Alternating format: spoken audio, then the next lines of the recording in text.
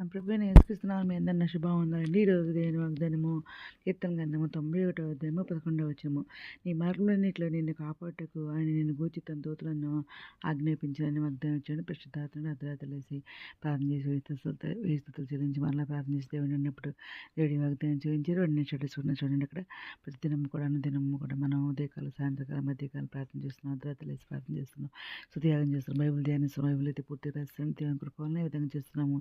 మనం దేవుడు మనల్ని విడిచిపెట్టి దేవుడు కాదనమాట. మన మార్గాలన్నింటిలో మనం కాపాడటకు ఆయన మనల్ని గురించి తన దూతలకు ఆజ్ఞాపిస్తానంటున్నారు. దీనికి రిలేటెడ్ వాక్యాలు మత్తయి సువార్త 4వ అధ్యాయం 6వ వచనం చూస్తే మరి అపవాది ఆనాడు మరి దేవుడిని కూడా శోధించిందనమాట. అప్పుడు దేవుడు 40 రోజులు ఉపవాస ప్రార్థన చేస్తారు కదండి. అప్పుడు మరి దేవుడు మరి ఆయన్ని మరి పరిశుద్ధ దేవాలయం శిఖరమున వారు అంచున నిలబెట్టి మరి నీవు దేవుని కుమారుడు అయితే కిందికి దూకుము, ఆయన నిన్ను గురించి తన దూతలకు ఆజ్ఞాపించును, నీ పాదం ఎప్పుడైనా నేను రాతికి తగలకుండా వారు నేను చేతులతో ఎత్తిపట్టుకుందరు అని రాయబడి ఉందని ఆయనతో చెప్పినాను మరి అంటుందండి. మరి అప్పుడు యేసు మరి ప్రభువైన దేవుని నీవు శోధింపబడని పడదని మరి ఒక చోట వ్రాయబడి ఉందన్నమాట. అయితే మరలా ఇక ఆ విధంగా మరి తర్వాత దీనికి రిలేటెడ్ వాక్యాలు ఇంకా కీర్తన గ్రంథము 34వ అధ్యాయం 7వ వచనంలో చూస్తే యెహోవా భయభక్తులు గల వారి చుట్టూ ఆయన దూతలు కావలి ఉండి వారిని రక్షించునని ఉంది కదండి. ఇంకా దీనికి రిలేటెడ్ వాక్యాలు మత్తయి దానియేలు గ్రంథం 6వ అధ్యాయం 21, 22 వచనాలు చూస్తే ఆనాడు దానియేలు గారిని మరి సింహం బోనులో వేసినప్పుడు మరి చిరకాలం మరి ఇక్కడ ఏమంటారంటే రాజుగారు వెళ్ళి రాజు దగ్గరికి అతని గుహ దగ్గరికి రాజుగారు వచ్చి మరి దుఃఖ స్వరంతో దానియేలుని పిలిచి, జీవంగల దేవుని సేవకుడైన దానియేలు, నిత్యము నీవు సేవించునని దేవుడు నిన్ను రక్షించదగిన అని మరి అతన్ని అడుగుతారనమాట.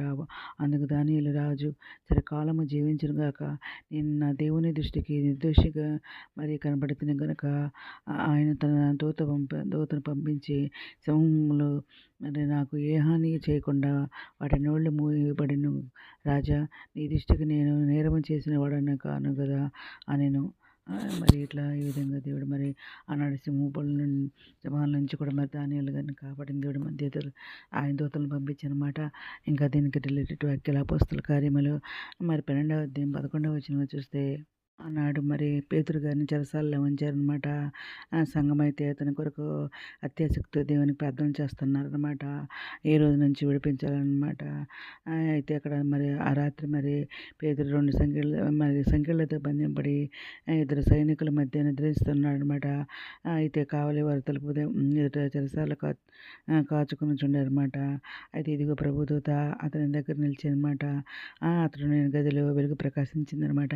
దూతపై మరి పేతురు పక్కన మరి తట్టి మరి త్వరగా లెమ్మని చెప్పి అతన్ని లేపి సంకెళ్ళను మరి అతని చేతుల నుండి ఊడిపడిపోయాయి అనమాట. అప్పుడు దూత అతనితో నీవు నడుము కట్టుకుని చెప్పులు తొడుక్కుని మరి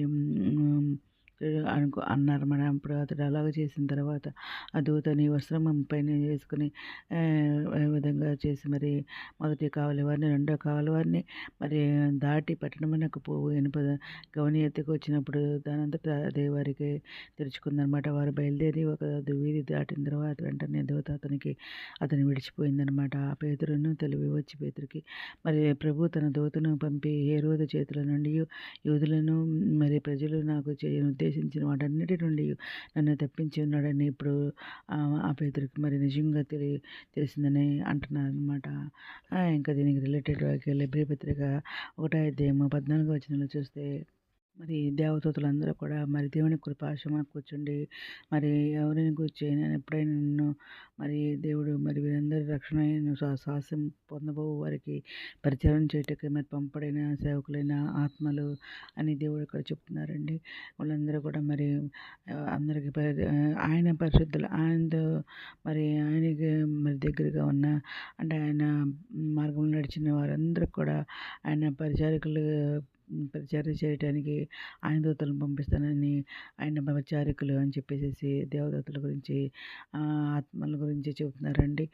మరి మనకి ఏ కష్టం వచ్చినా కానీ మనకి వెంటనే ఆయన దూతను పంపించి దేవుడు అనమాట. మన మార్గలన్నింటిలో ఆయన దూతను పంపించి మనల్ని కాపాడుతానని ఏదైనా మాట్లాడనమాట. అయితే నేను 40 రోజులు ఉపవాస ప్రార్థన చేస్తున్నానండి ఇప్పుడు. చేస్తుంటే మరి దేవుడు మరి ఈ రోజుకి మరి 36 రోజులు అనమాట అండి.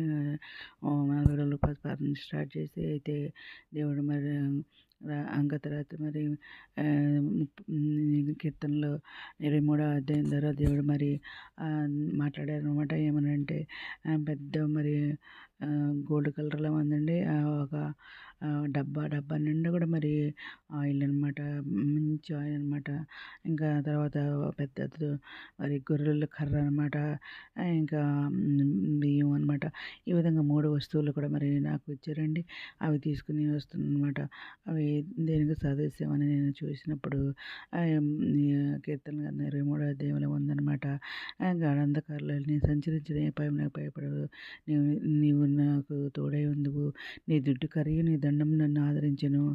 నా శత్రువుల ఎదుట నీవు నాకు భోజనం సిద్ధపరచెదవు. నూనెతో నా తల ఇంటి నువ్వు నా గిన్నె నిండి పొర్లుచున్నది. నా బ్రతుకు దినములన్నీ పక్షములే నీ వెంట వచ్చినని చెప్పేసి నా వెంట వచ్చినని చెప్పేసి ఈ వాగ్దానం అనమాట అండి. దీనికి సాదృశ్యం మరి నేను దేవుడు మరి నాకు తెలియజేశారనమాట. 23వ అధ్యాయం అని చెప్పేసి ఈ విధంగా మరి దేవుడు మరి పరిశుద్ధాత్మకు మరి నూనె అంటే పరిశుద్ధాత్మ, ఇంకా ఆరోగ్యం, మరి ఇంకా అభిషేకము, ఇంకా ఈ విధంగా కలుగజేస్తానని చెప్పేసి ఉందనమాట. ఇంకా ఈ దుడ్డు కర్ర అంటే మరి ఆ గొర్రెలు మరి దేవుడు ఆ కర్రతో గొర్రెలను కాస్తారు కదండి. ఇంకా గొర్రెలు కాయమని అనమాట. అంటే సేవ చేయమనని అర్థమని ఉందనమాట. రిలేటెడ్ వాక్యాలు చూస్తానమాట. ఈ విధంగా దేవుడు మరి ఆహారం అంటే శత్రువుల ఎదుట నీకు భోజనం సిద్ధపరుస్తా అని చెప్పేసి ఇంకా అది కూడా ఉందనమాట అండి. రిలేటెడ్ వాక్యాలు ఇవన్నీ కూడా దేవుడు నాకు ఇచ్చిన మరి ఈ 3 కూడా కానుకలను బహుమానంగా నాకు ఇచ్చారనమాట. 40 రోజుల ఉపవాస ప్రార్థనలో దీనిలో ఎన్ని కూడా నేను రిలేటెడ్ వాక్యాలు చూస్తే మరి కీర్తనలు 23వ అధ్యాయంలోనే ఉన్నాయన్నమాట. ఇవన్నీ కూడా ఇదే అధ్యాయం అనమాట. యెహోవా నా కాపరి, నాకు లేమి కలగదు. పిచ్చగల చోట్ల ఆయన నన్ను పరిణయం చేస్తున్నాడు. శాంతికరమైన నన్ను నడిపించున్నాడు. నా ప్రాణం నాకు ఆయన సేద తీర్చున్నాడు. తన నామాన్ని బట్టి నీతి మార్గములో నన్ను నడిపించున్నాడు. నీ గాఢాంధకారపులో నేను సంచరించిన ఏ భయం నాకు భయపడిన నీవు నాకు తోడై ఉందువు. నీ దుడ్డు కర్రీ నీ దండము నన్ను ఆదరించుడు. నా శత్రువు ఎదుట నీవు నాకు భోజనం సిద్ధపరచుదువు. నూనెతో నా తలంటి నువ్వు నా గిన్నె నిండి పొర్లిపోతుంది. నేను బ్రతుకు దినములన్నీ పక్షములు నా వెంట వచ్చినని చెప్పేసి ఈ వాక్యం అండి. ఈ వాక్యం మరి మన నా పట్ల దేవుడు నాకు ఇచ్చాడు మరమాట. దేవుడు బహుమానంగా 40 రోజుల ఉపవాస ప్రార్థనలో నేను నమ్ముచున్నాను అనమాట. మరి ఈరోజు వాగ్దానం అయితే దేవుని బైబిల్ గారి చుట్టూ ఎంత కాలం వాళ్ళని రక్షిస్తుంది.